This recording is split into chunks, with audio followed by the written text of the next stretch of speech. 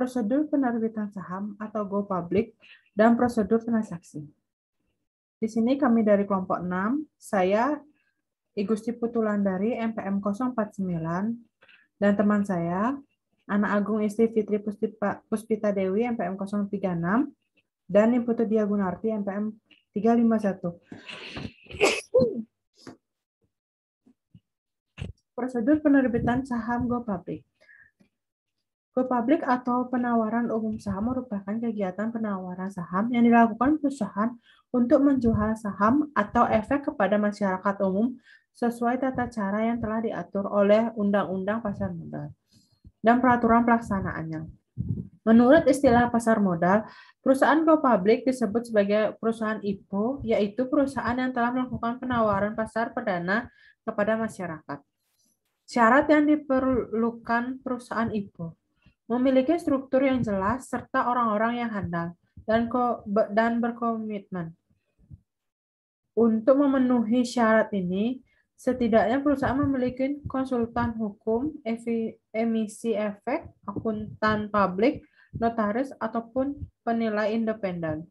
Yang kedua, perusahaan harus memiliki laba selama 2 tahun terakhir. Sebenarnya perusahaan yang belum memiliki untung juga bisa saja masuk dalam bursa efek.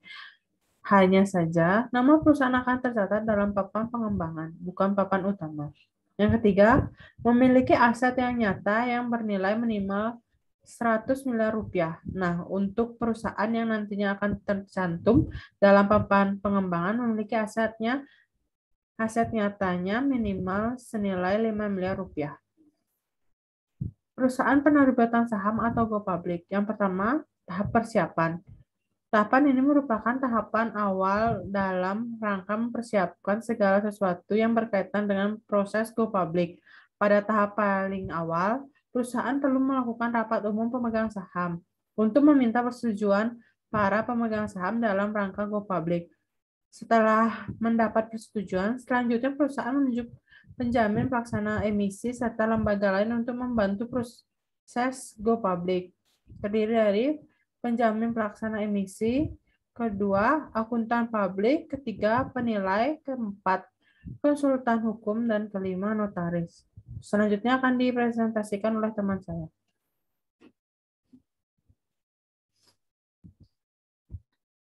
Baik, selanjutnya prosedur penerbitan saham go public. Tahap kedua yaitu tahap pengajuan pernyataan pendaftaran. Pada tahap ini, perusahaan menyampaikan pendaftaran kepada lembaga terkait, yaitu Otoritas Jasa Keuangan atau OJK. Yang ketiga, tahap penawaran saham. Tahapan ini merupakan tahapan utama karena pada waktu inilah emiten menawarkan saham kepada masyarakat. Yang keempat, tahap pencatatan saham di Bursa Efek. Setelah selesai penjualan saham di pasar perdana, selanjutnya saham tersebut dicatatkan di Bursa Efek Indonesia. Investor yang tidak kebagian di pasar perdana bisa membeli di pasar sekunder di Bursa Efek Indonesia. Selanjutnya,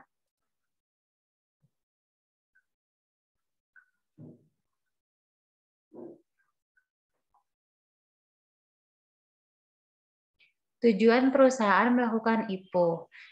Terdapat 5 tujuan. Yang pertama, mendapatkan dana murah. Yang kedua, kinerja keuangan perusahaan lebih baik. Yang ketiga, potensi pertumbuhan lebih cepat.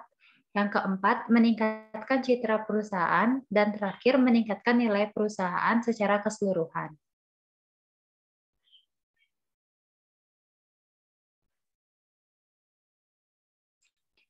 Pasar saham terdiri dari pasar perdana dan pasar sekunder. Pasar perdana atau primary market merupakan pasar di mana saham diperdagangkan untuk pertama kalinya sebelum dicatatkan di Bursa Efek Indonesia. Di sini biasanya saham pertama kali ditawarkan kepada investor dengan mekanisme penawaran umum perdana atau Initial Public Offering atau IPO. Kemudian pasar sekunder atau secondary market. Pasar sekunder adalah kelanjutan dari pasar perdana setelah perusahaan melepas IPO. Transaksi jual beli saham di pasar sekunder dilangsungkan di Bursa Efek Indonesia. Bila kita menggunakan software online trading saham untuk membeli saham, biasanya berarti kita bertransaksi di pasar sekunder.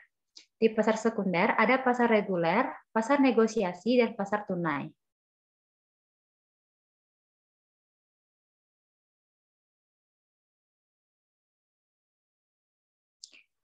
Kemudian selanjutnya ada prosedur transaksi. Pada era digital seperti saat ini, cara membeli saham semakin mudah. Cara beli saham bisa dilakukan secara online melalui gadget atau perangkat komputer yang tersambung internet. Saham adalah salah satu instrumen investasi. Saham merupakan bukti kepemilikan nilai sebuah perusahaan atau bukti penyertaan modal.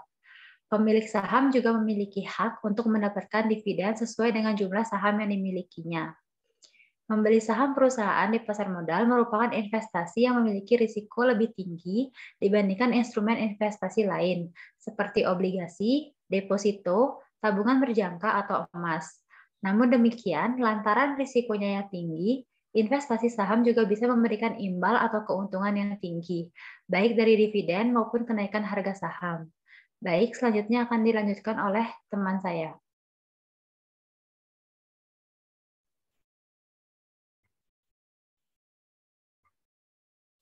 Baik, saya akan melanjutkan presentasi. Prosedur atau tahapan transaksi saham. Yang pertama, siapkan dokumen berupa KTP, NPWP, buku tabungan, dan materai.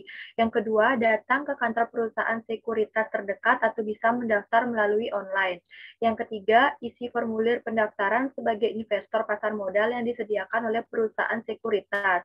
Yang keempat, investor harus menyetorkan dana awal ke nomor rekening dana investor atau RDI.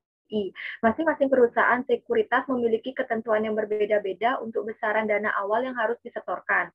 Yang kelima, jika pendaftaran sudah diproses, investor akan diberikan akses untuk masuk ke akun dashboard untuk melakukan transaksi jual beli saham milik perusahaan sekuritas seperti PIN transaksi, password, dan user ID.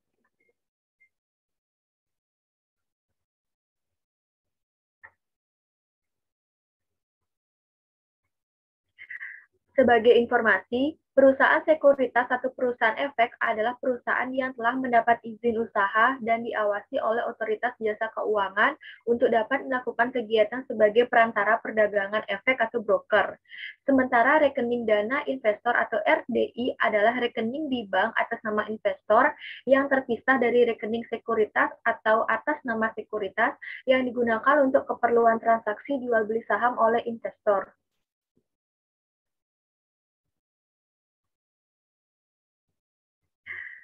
Tahapan transaksi pada jam bursa perdagangan di Bursa Efek Indonesia dibagi menjadi 4 tahapan, yaitu yang pertama, pra-pembukaan. Pada saat ini, biasanya para pembeli atau penjual saham mulai memasuki penawaran baik jual atau beli pada proses ini. Anggota bursa akan memasukkan dan meneruskan orderan pembeli atau penjual saham ke sistem pada pukul 08.45 sampai 08.55. Yang kedua, proses transaksi. Bagi yang mau bertransaksi jual beli saham bisa dimulai ketika market pada jam 09.00 WIB. Di perdagangan bursa, waktu proses transaksi dibagi menjadi 2 sesi pagi dan sesi siang untuk pasar reguler dan pasar negosiasi. Sedangkan pasar tunai hanya diperdagangkan 1 sesi saja. Yang ketiga, pra-penutup. Ada waktu di mana bursa berhenti melakukan proses transaksi di waktu 14.50 sampai 15.00. Para investor hanya bisa memasukkan order saja, tidak ada aktivitas jual beli yang sedang berjalan seperti pada proses transaksi. Dan yang terakhir adalah pasca penutupan. Pada proses ini masih bisa memberi saham di harga penutupan, tapi tergantung apakah harga close berakhir di over atau justru berakhir di posisi buy. Jika posisi over, artinya masih bisa membeli langsung saham yang diinginkan di harga close yang terbentuk. Proses ini berlangsung selama 10 menit saja, yaitu pada pukul 15.05 hingga 15.15.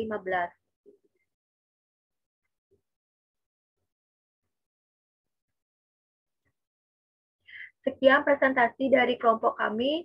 Mohon maaf jika ada salah kata. Terima kasih atas perhatiannya. Saya tutup dengan para